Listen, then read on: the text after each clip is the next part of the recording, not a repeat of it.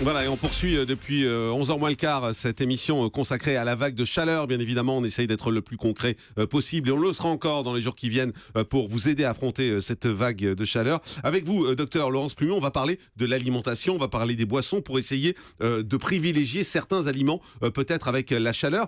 D'abord, je voudrais rebondir sur ce que disait tout à l'heure le docteur Pérez. Il disait qu'il ne faut pas trop boire de vin en cette période. Qu'est-ce qui désaltère le mieux? Vous allez nous répondre l'eau, mais c'est pas très sexy l'eau. Hein. Oui, mais alors en tout cas, le vin, c'est fortement déconseillé. Déjà, je dirais à consommer avec modération, n'est-ce pas, en règle générale. Mais surtout en période de haute chaleur, c'est vraiment, vraiment fortement déconseillé. Pour quelle raison? Parce que, certes, quand on prend un petit rosé bien frais, ça provoque dans l'immédiat une sensation de fraîcheur. Une sensation de fraîcheur en bouche, mais néanmoins, l'alcool diffuse très rapidement dans l'organisme, vasodilate, donc entraîne la vasodilatation des vaisseaux. On a déjà très chaud et on va avoir encore plus chaud passé cette sensation de fraîcheur que l'on ressent en bouche. Donc, on va augmenter la chaleur. Donc, c'est l'effet inverse, en fait. Exactement, on va augmenter ces pertes d'eau. Et il faut savoir également que l'alcool est diurétique. Donc, en plus, on va uriner davantage. Donc, on se déshydrate doublement. Donc pas d'alcool, ça on a compris. Certainement pas d'alcool. Les sodas? Alors les sodas, non, parce que, encore une fois, c'est toute la différence entre la notion de désaltération et d'hydratation. Un soda bien frais en bouche, parce qu'un soda chaud à température ambiante, c'est imbuvable, donc on le boit toujours très frais, avec des glaçons, et donc ça provoque cette sensation de fraîcheur en bouche. Mais néanmoins, comme c'est très sucré, tout le monde le sait, 22 morceaux de sucre au litre, et 4 morceaux de sucre dans un grand verre de soda, eh bien, le sucre, si vous voulez, limite le passage de l'eau dans les cellules. Donc, après cette sensation de désaltération dans l'immédiat que le soda provoque, eh bien, la personne ne se sent pas du tout hydratée, elle a encore soif, elle a le besoin de boire. Donc, boire sucré, c'est pas du tout une bonne chose pour l'organisme, on ne s'hydrate pas correctement. Soda light? Alors, soda light, oui, on n'a plus du tout le sucre, on n'a plus du tout les calories, donc pourquoi pas? On a le goût sucré, et dans ce cas-là, on n'a plus l'effet osmotique lié au sucre, et donc pourquoi pas? Mais ça ne doit pas remplacer l'eau au repas. Alors, l'eau, j'y viens, sur l'eau, c'est 1,5 litre à 2 litres par jour? Oui, alors il faut savoir qu'en temps normal, le corps, tout le monde ici, perd au moins 3 litres d'eau par jour, en temps normal. Donc quand il fait chaud, on passe facilement à 4 litres d'eau perdue par jour, entre les urines, la sueur, nous perdons à peu près, vous savez, quand on sue, on peut perdre 1,5 litre de sueur par heure, donc ça va très très vite. Ah oui, c'est très rapide, effectivement. Donc on perd ces 4 litres d'eau par jour, entre les urines, la sueur, l'air que l'on expire, etc.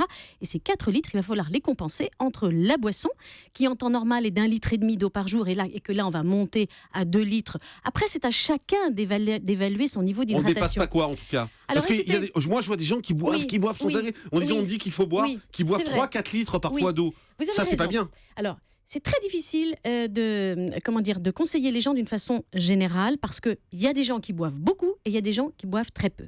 Le critère, à mon sens, le plus important, c'est la couleur des urines. Quand vous avez des urines foncées, c'est que vous êtes déshydraté. Au demeurant, quand vous avez soif, bien évidemment. Mais il ne faut jamais attendre d'avoir soif pour boire, il faut anticiper. Donc quand les urines commencent à foncer, on boit? Absolument. Et même, mon conseil pratique et concret, puisque c'est toujours l'objectif du Grand Direct de la Santé, c'est d'être très concret, c'est que à chaque fois que vous êtes allé aux toilettes pour uriner, buvez 2 verres d'eau après. D'accord. Voilà, comme ça, vous êtes sûr de n'être jamais déshydraté. Et c'est une vraie référence. On pense aux aliments. C'est vrai que l'été, on a plutôt envie de manger léger, de manger des légumes, de manger des fruits. C'est bien, à volonté? Tout à fait. Et même le corps est instinctivement attiré vers ce qui est frais et riche en eau. Donc les gens vont se diriger spontanément vers les légumes et vers les fruits. Vous savez qu'on bassine tout le temps les gens en disant 5 fruits et légumes par jour. Il y a plein de raisons à ça, et plus particulièrement en été quand il fait chaud, parce que sachez que vous mangez à peu près, ou nous mangeons, à peu près 1 kg à 1,5 kg de nourriture par jour. En moyenne, les aliments contiennent 80% d'eau. C'est une moyenne. Et les légumes et les fruits vont même jusqu'à contenir 90% d'eau. Donc, quand vous mangez vos 5 fruits et légumes par jour, ce qui fait environ 600 à 700 grammes au total, eh bien, vous recevez déjà un demi-litre d'eau. Donc, mon conseil, c'est aller vers les légumes. Et il y a certains légumes qui sont même plus riches en eau que d'autres. Alors, les tomates sont très riches en eau. Le concombre est celui qui contient un peu plus de 92% d'eau. Donc, le concombre, très riche en eau. La salade également. Et puis après, tous les légumes. Alors, mon petit conseil aussi, c'est de les manger crus. Quand ils sont crus, ils ont toute leur eau, alors que quand ils sont cuits, ils perdent de l'eau. Donc c'est la raison pour laquelle il faut beaucoup plus manger de salade composée à midi et le soir, où là, en moyenne, avec une bonne assiette de salade composée de légumes variés, de la salade, des carottes, des endives qui sont très riches en eau, des tomates, abondamment du concombre, des champignons, on se fait une assiette magnifique avec on peut des mettre un œufs, peu du poisson. d'huile, etc. C'est pas gênant. Bien sûr, il faut compter en gros une cuillère à soupe de vinaigrette par personne et ça ira très D'accord. bien. Bon, eh bien, dans une belle assiette de salade composée, vous avez l'équivalent d'un grand verre d'eau.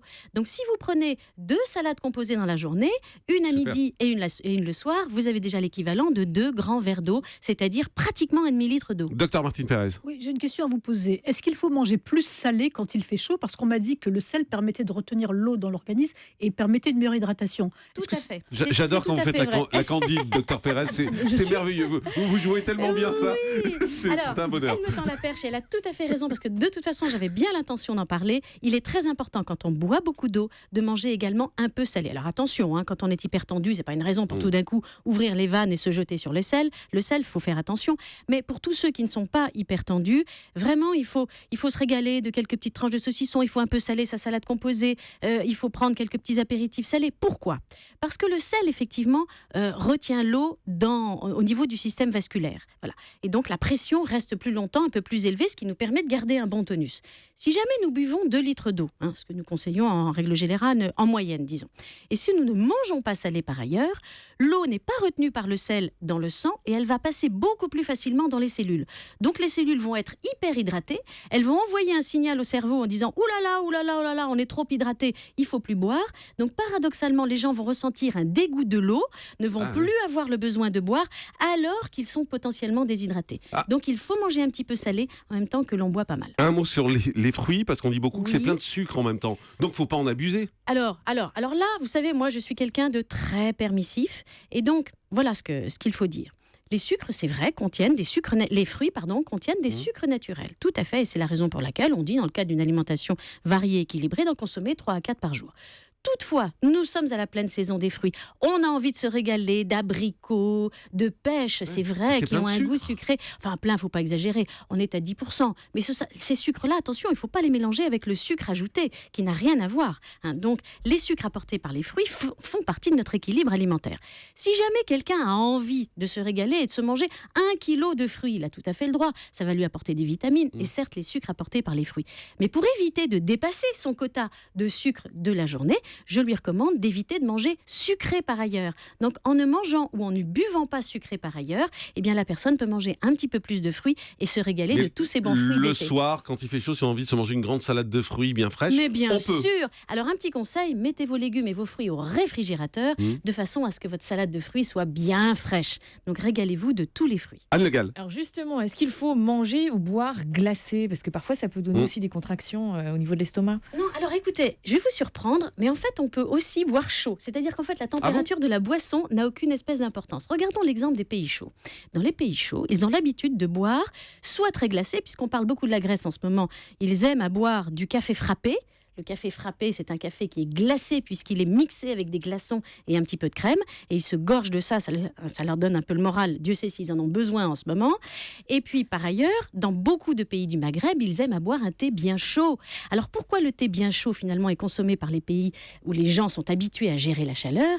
Eh bien, parce que quand vous buvez chaud, vous augmentez la production. Vous avez chaud et vous suez davantage. Or, la sueur, bien sûr, nous, dans nos pays, on a tendance à dire la sueur, ça sent mauvais, c'est désagréable, etc. Mais c'est très bon. C'est un réflexe de défense de l'organisme qui permet d'abaisser la température corporelle. Quand on sue, en fait, la température corporelle diminue. Mais absolument. Donc c'est pas grave de suer, au fond. Absolument pas. Si on met du déodorant. Simplement, on fait attention aux problèmes de petites odeurs. Mais c'est très bon de suer. Et on fait évaporer la sueur avec les ventilateurs en les mettant pas trop fort pour éviter les problèmes ORL.